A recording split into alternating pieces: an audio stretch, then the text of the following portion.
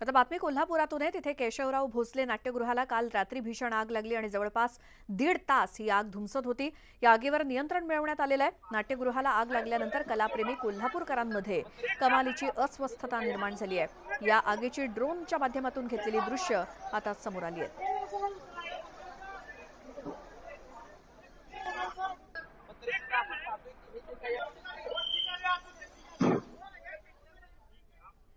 अधिक माहितीसाठी जाऊयात। आमचे प्रतिनिधी ज्ञानेश्वर साळोखे आपल्या सोबत आहेत।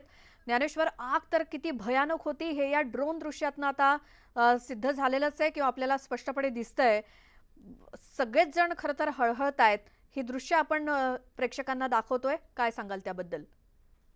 श्वेता, ही जी आग आहे ती काल संध्याकाळी 10 वाजताच्या सुमारास लागली आणि आगीनं बघता बघता रौद्र रूप धारण केलं आणि पूर्णपणे हे नाट्यगृह आणि खासबाग मैदानाचा बाजू आहे ती भस्मसात झाल्याचं पाहायला मिळालं। ह्या ड्रोन दृश्याच्या माध्यमातून पाहायला गेलं तर आग आहे ती किती मोठ्या प्रमाणात भडकल्याची दृश्यामध्ये या दिसते आणि आगीनं जे रौद्र रूप धारण केलं होतं त्यामुळे बघता बघता नाट्यगृह आहे ते बेचिराग झाल्याचं आपल्याला या दृश्यांच्या माध्यमातून दिसून येते। खरं तर खासबाग कुस्ती मैदान जे ऐतिहासिक कुस्ती मैदान आहे आणि त्याच्याच लागून जे केशवराव भोसले नाट्यगृह आहे, खरं तर कला रसिक आणि कुस्ती रसिक यांच्यासाठीच हे मैदान आणि नाट्यगृह आहे ते छत्रपती शाहू महाराज यांनी बांधलं होतं। ऐतिहासिक आणि सुंदर देखणी अशी ही वास्तू होती, मात्र ती या आगीमध्ये बेचिराग झाल्याचं या दृश्यामधून पाहायला मिळते। आगीच्या ज्वाळा ज्या आहेत त्या वर आकाशाच्या दिशेनं आपल्याला मोठ्या प्रमाणात आहे ते दिसून येतात आणि अग्निशामक विभागाचे जे कर्मचारी आहेत ते सुद्धा या आगीवरती नियंत्रण मिळवण्याचा आटोकाट प्रयत्न करत असताना आपल्याला दिसून येतात। मात्र काही क्षणातच जे आहे तो